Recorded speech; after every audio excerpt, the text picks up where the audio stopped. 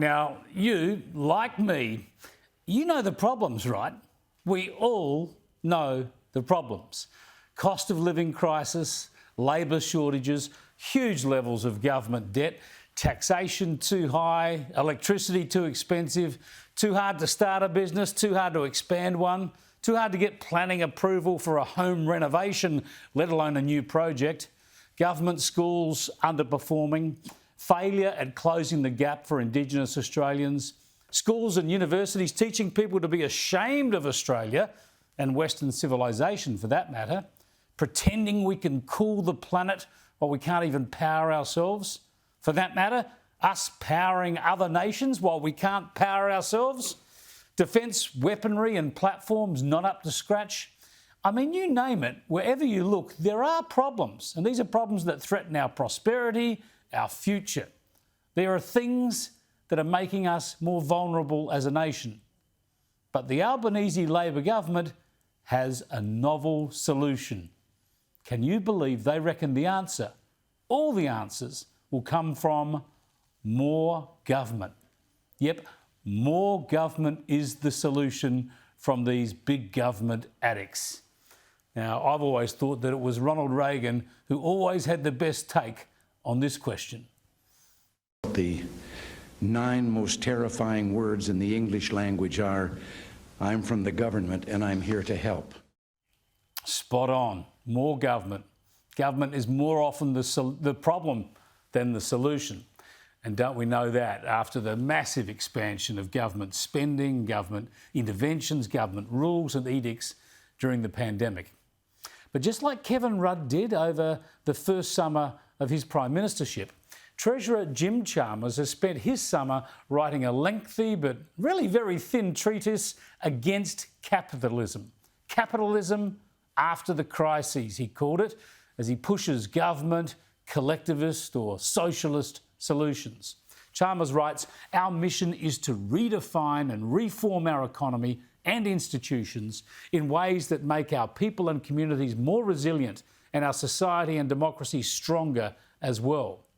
That's the radical reformist plan where governments and ideological groups like the billionaires at Davos tell the private sector, including all of us through our super funds, where to invest money and on what. It is radical and it will lead to diabolical consequences, as we've already seen in the electricity sector. And remember, it's an agenda of deceit, an agenda Labor has lied about, because this is what Chalmers was saying before the election. What we are proposing is responsible and meaningful change, not radical change. What we are proposing is responsible and meaningful change, not radical change. Yeah, that was before the election. Now, Comrade Chalmers writes that it's not just our economic institutions that need renewing and restructuring, but the way our markets allocate and arrange capital as well. Talk about a big plan. He writes about co-investment using the Clean Energy Finance Corporation model to push investment into more areas like industry, housing and electricity. This is frightening stuff. I mean, what makes our housing so expensive? Mainly governments at the local and state level, planning controls and land rationing and tax treatments.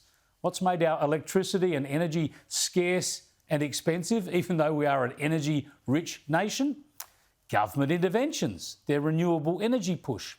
The more that governments expand into other areas of the economy, the more you and I will pay and the more vulnerable Australia will get. Labor always pretends to be mainstream, which is why voters often fall for its promises. But never forget, it is a democratic socialist party. The objectives in the ALP's constitution proudly proclaim it is a democratic socialist party and has the objective of the democratic socialisation of industry, production, distribution and exchange to the extent necessary to eliminate exploitation and other antisocial features in these fields. That's the agenda, and Chalmers has belled the cat. They see all money as government money. A tax cut is not you keeping more of your money in their eyes, it's the government giving you some of their money. Now they want to control more of the economy, and they're going to double down on their climate-driven energy madness. Chalmers even started his essay talking about the Black Summer bushfires as if we'd never had horrible and worse bushfires before.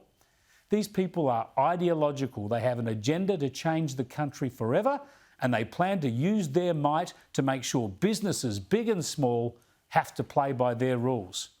So if they get to implement all this over, say, a decade, all those problems I've mentioned will get worse, not better. This is Chalmers laying down his credentials to be a Labor leader in the future, and this is also him softening up the country for tax increases, the first one perhaps being the scrapping of the tax cuts legislated for next year. But this, most worryingly of all, is Chalmers outlining the latest iteration of Labor's socialist manifesto.